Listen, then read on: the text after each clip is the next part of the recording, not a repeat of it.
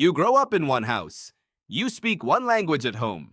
But if you were born 200 miles away, in the same country, under the same flag, you might not understand a single word your countryman says.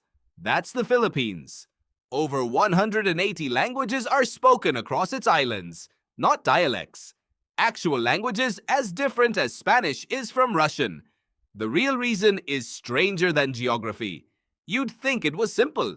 Thousands of islands, so of course people developed different tongues. But that misses what isolation actually does to a language over centuries. The Philippines has 7,641 islands. Only about 2,000 are inhabited. Thousands of small human worlds, cut off by currents, monsoons, and distance. Today, a flight from Manila to Cebu takes an hour. 5,000 years ago, that trip took weeks, if it happened at all. Linguists call this language drift. Every language is slowly changing. New words enter, old ones fade. Normally, drift is slow because populations stay in contact. Cut a population off completely for a few centuries, and you don't get an accent. You get a new language.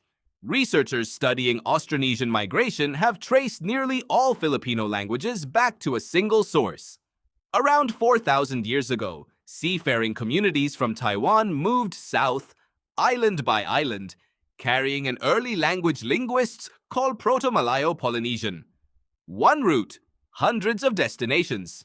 Each landing became its own isolated pocket. Each pocket kept drifting. By the time European sailors arrived in 1521, that single language had already split into dozens of branches. Tagalog, Cebuano, Ilocano, Hiligaynon, Waray, more than 100 others. Linguist Lawrence Reed mapped how mountains compounded the effect.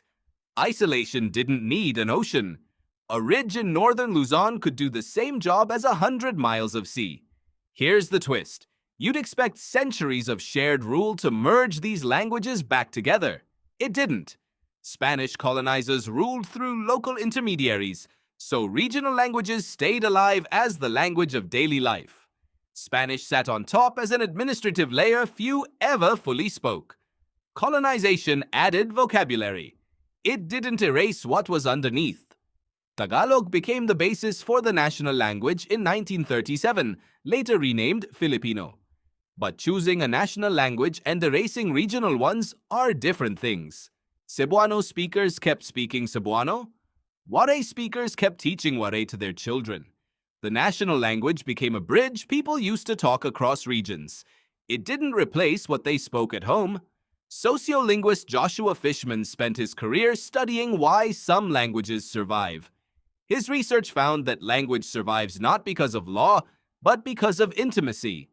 Languages spoken in the home in childhood resist replacement even under political pressure. That's what happened here. Regional languages weren't just communication, they were family. And family is the hardest thing to standardize. In most countries, national identity and language are treated as one thing. The Philippines breaks that assumption. A person from Davao and a person from Baguio can both feel completely Filipino while speaking languages that aren't mutually intelligible. Identity here isn't built on a shared tongue. It's built on shared history and a shared name for a place made of water and distance. You felt a smaller version of this yourself.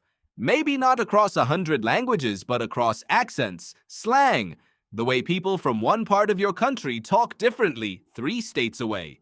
You instinctively know which words mark you as an outsider and which mark you as home. That instinct is ancient. It's the same mechanism that split one seafaring language into 180 across a few thousand islands. Despite the mountains, the ocean gaps, the centuries layered on top of centuries of drift, the Philippines never fractured into 180 separate nations. People learned to hold multiple languages at once, without needing one to erase the others.